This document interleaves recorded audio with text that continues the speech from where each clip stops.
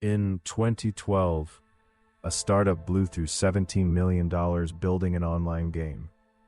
The game flopped. The company was almost dead. But buried inside their codebase was a tiny tool they had built just for themselves. And in the next 24 hours, it would change the future of work forever. Stuart Butterfield had already sold one company to Yahoo for $35 million. His photo-sharing site Flickr was one of the hottest platforms on the internet. He could have retired. He could have consulted. Instead, in 2009, he did something that looked insane from the outside. He decided to build a massively multiplayer online game. He called it Glitch. The premise was ambitious. Players would inhabit a vibrant, whimsical world powered by the imagination of 11 giant beings. For 3 years, a team of 45 engineers poured everything they had into building this world. They raised $17.8 million. They built intricate economies, hundreds of skills, and thousands of hours of content.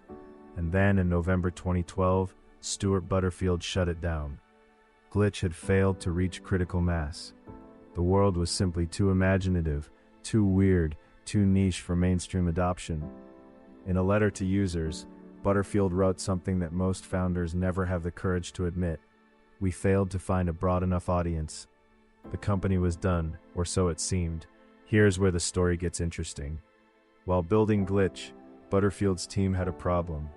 45 engineers scattered across multiple time zones needed to communicate. Email was chaos.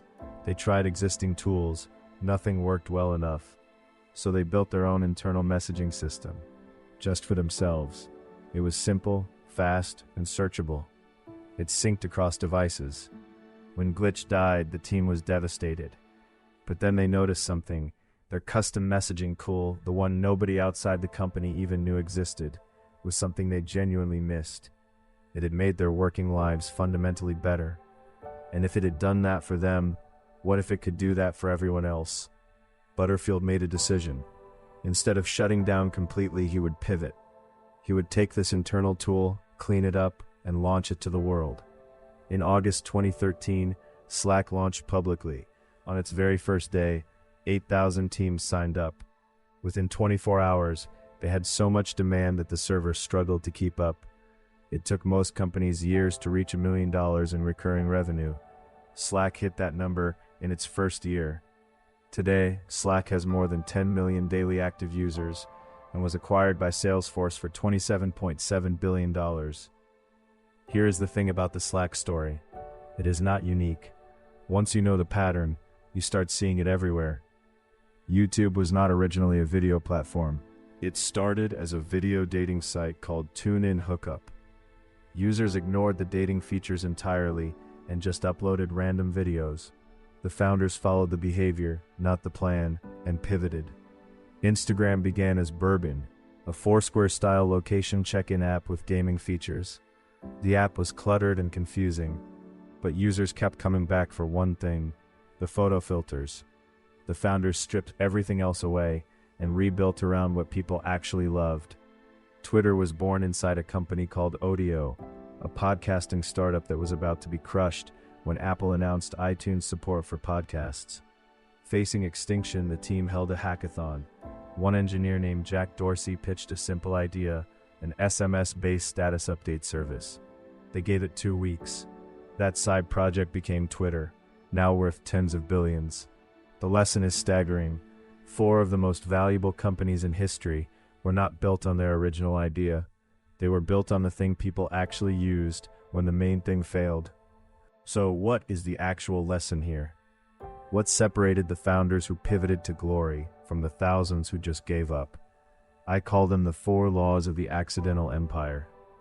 Law 1. Users lie with their words, but tell the truth with their behavior. Nobody filled out a survey asking for Slack. Nobody told YouTube they wanted a video platform. The founders watched what users actually did, not what they said. Law 2.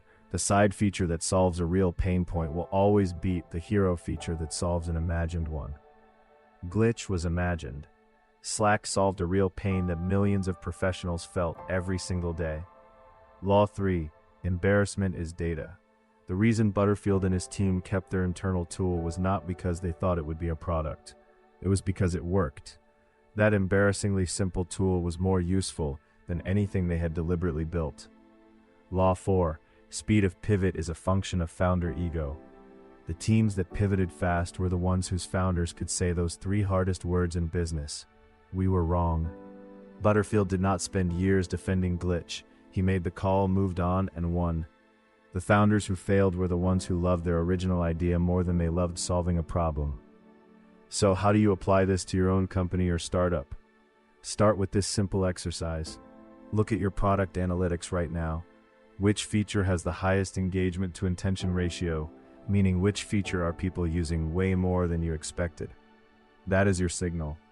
Then go talk to your most engaged users and ask them this specific question: if we removed this one feature tomorrow, what would you do? The answer will tell you everything. At Slack, if you had asked users to give up their internal messaging tool, they would have fought for it. For Instagram, users would have mourned the loss of filters.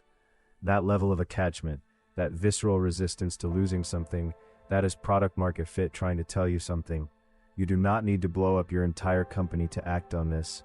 Start small.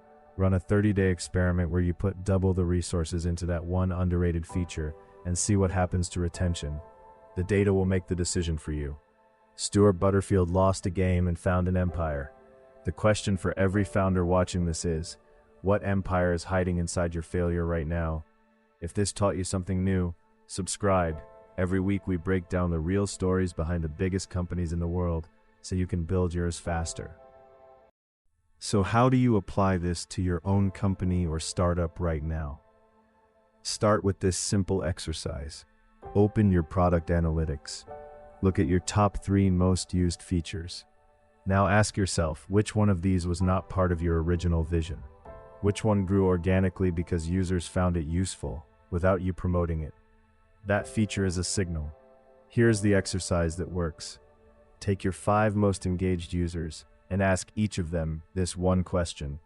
If we remove this one feature tomorrow, what would you do? If they say they would quit, you have found your product market fit. That visceral resistance to losing something, that is the feeling Butterfield's team had about their messaging tool. They could not imagine going back to email chaos. You do not need to blow up your entire company to act on this insight. Start with a 30-day experiment. Put twice the engineering resources into that one underrated feature. Track retention before and after. The data will make the decision for you.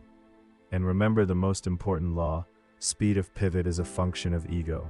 The founders who win are the ones who fall in love with problems, not solutions. They can say those 3 hardest words in business, "We were wrong," and move on without losing a single night of sleep. Stuart Butterfield lost a game and found an empire worth $27 billion. The question for every founder watching this is, what empire is hiding inside your biggest failure right now? Think about that. If this story taught you something real, hit subscribe. Every single week on Founder Fuel, we go deep on the true stories behind the world's biggest companies, the ones nobody tells you in business school. The pivots, the failures, the accidental breakthroughs, all of it so you can build your business faster and smarter.